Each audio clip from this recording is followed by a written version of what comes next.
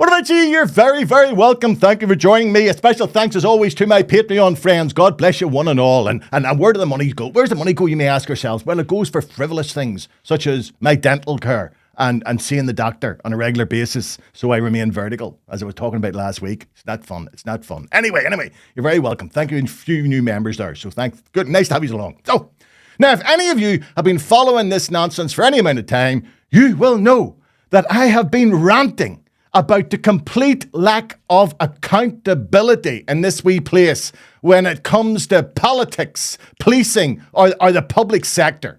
Now, a perfect example of the ramifications of such a lack of accountability was demonstrated only this week with news that a new acute mental health inpatient centre located within the grounds of the city hospital and only opened in 2019 is now facing closure and needs remedial work due to the discovery of severe damp and mould.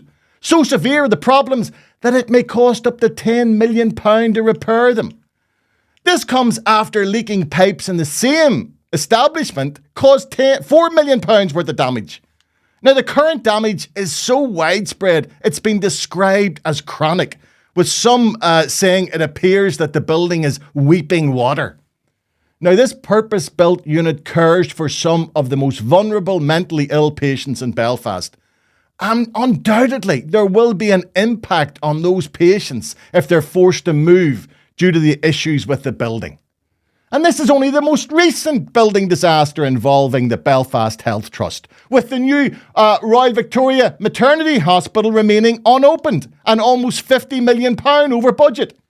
And the costs for the new Children's Hospital, also on the RVH site, has risen from an initial estimate of $250 million to more than 2.5 times that cost. And it also faces a 10-year delay. There is a common denominator between all three, and that is the company which built them, namely Graham Bam Healthcare Partnership, or GBHP, a joint partnership between Graham Construction and Irish firm BAM Ireland. The Belfast Trust must explain why such a litany of building defects was allowed to occur. It appears that there was a complete lack of oversight, which has resulted in hundreds of millions of pounds being wasted on defective buildings. This is money which is desperately needed in a health service on the brink of collapse due to a lack of funding. There is now a clear need for an independent inquiry into how this rolling disaster took place. Otherwise, we face more of the same. Proof of this is the fact that the same company was given contracts for all three buildings, all of which subsequently were found to have structural defects, with 2 of them now facing delays in completion of up to a decade. It seems like the Belfast Trust were a bit too trusting as they continued to hand contracts to GBHP. And this is our money, public money, which has been squandered. And it's time those muppets up on the hill got their fingers out of their arses and took a notice. Forget about their programme for government. There's going to be no government because there's nothing left. The buildings are all falling down. For if we are waiting on the Belfast Health Trust to do anything, let me put it this way, we could face a substantial delay. We're definitely through the looking glass when it comes to the Donald Trump. Hey, Donald's up there. Donald Trump, who this week slapped tariffs on both Canada, Mexico, and China. Now, tariffs, like most Trumpian politics, are high in public appeal, but lacking completely in practical efficacy. Now, you don't believe me? Have a listen to what the late Ronald Reagan, ex-president of the United States, hardly a lefty, by the way. Well, let's listen to what Ronald had to say about tariffs. You see, at first, when someone says, let's impose tariffs on foreign imports, it looks like they're doing the patriotic thing by protecting American products and jobs. And sometimes for a short while it works, but only for a short time. What eventually occurs is, first, homegrown industries start relying on government protection in the form of high tariffs.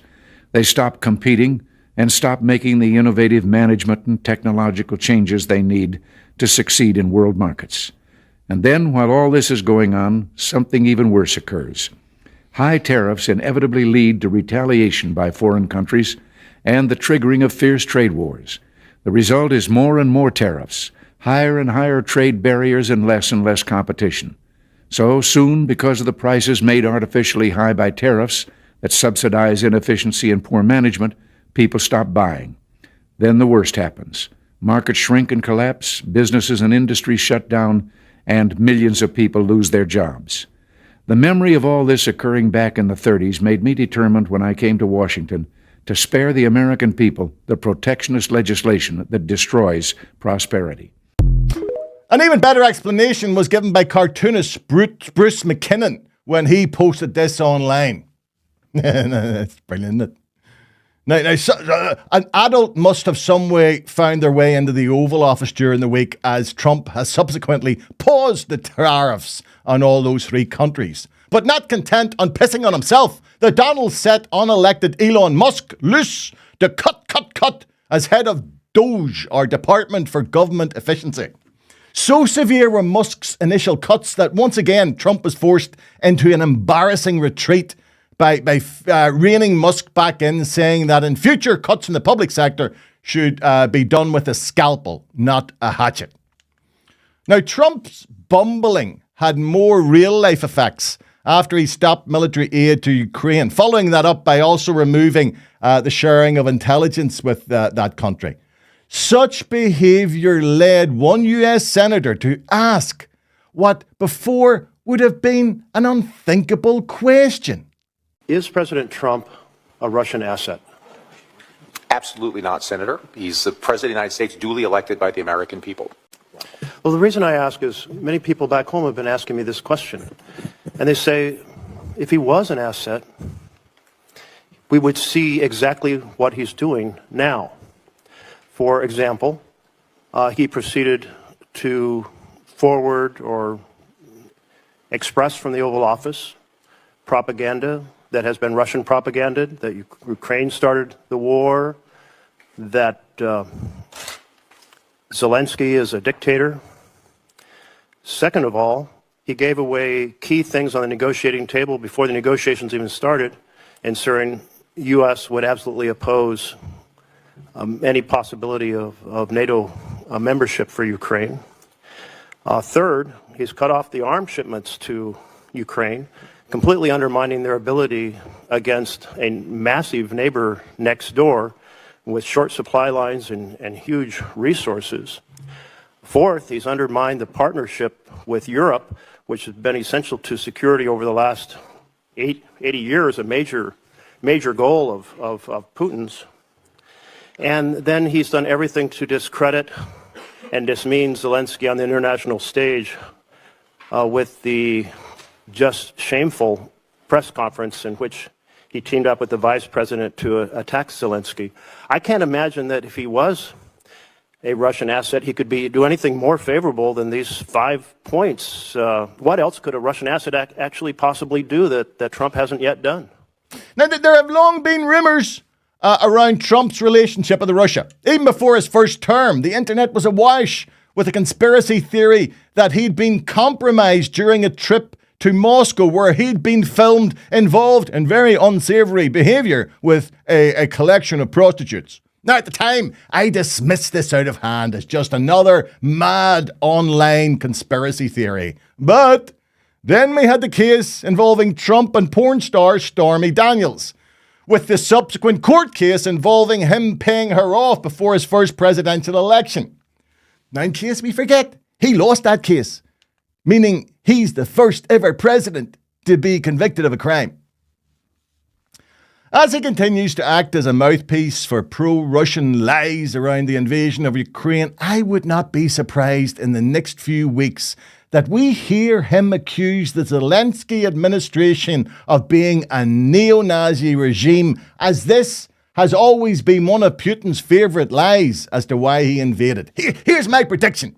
During a press conference, a journalist will suggest that Putin is acting like a Nazi. This will allow Trump to counter that it's the Zelensky's regime which is acting like Nazis by not allowing new elections. Now, I'm predicting this on Sunday, the 9th of March, 2025, just for the record. A prediction I already made, which has come true, was that the increase in the defence budget would come partly from social care, the care budget. Now, this became reality during the week with the announcement by the Labour government that they intend to cut $6 billion. Do you hear me? $6 billion from the welfare budget by making it harder to qualify for the Disability Benefit Personal Independence Payment, or PIP. So far right have the Labour Party travelled that Work and Pension Secretary Liz Kendall gave a statement to the press which had have made even Maggie Thatcher blush.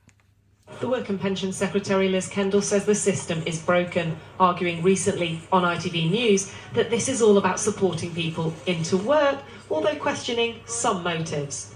I think that there are many more people who want to work. I've no doubt, as there always have been, are people who shouldn't be on those benefits, who are taking the mickey. There you have it.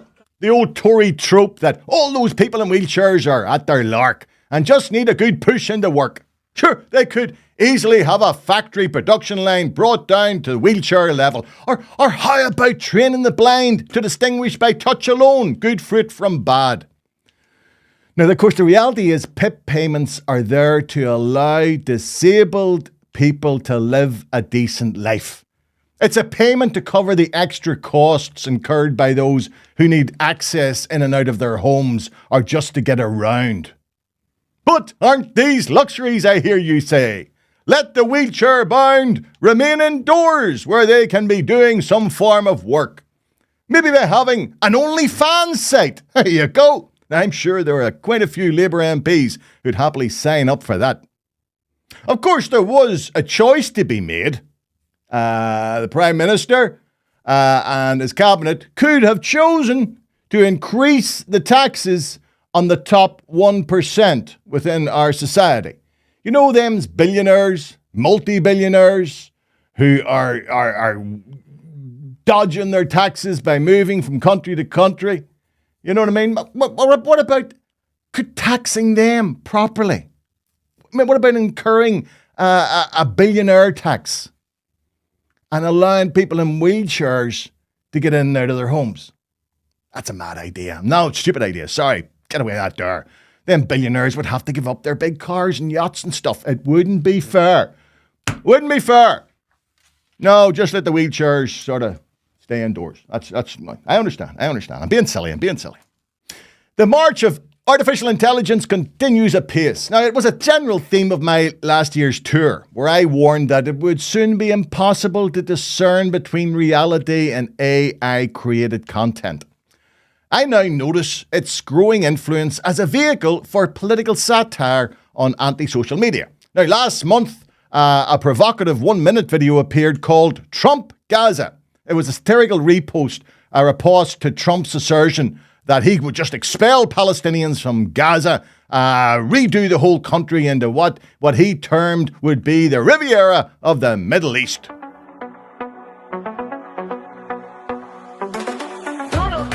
Set you free, bringing the light for all to see. No more tunnels, no more fear. Trump Gaza is finally here. Trump Gaza shining bright, golden future, a brand new light. Feast and dance, the deal is done.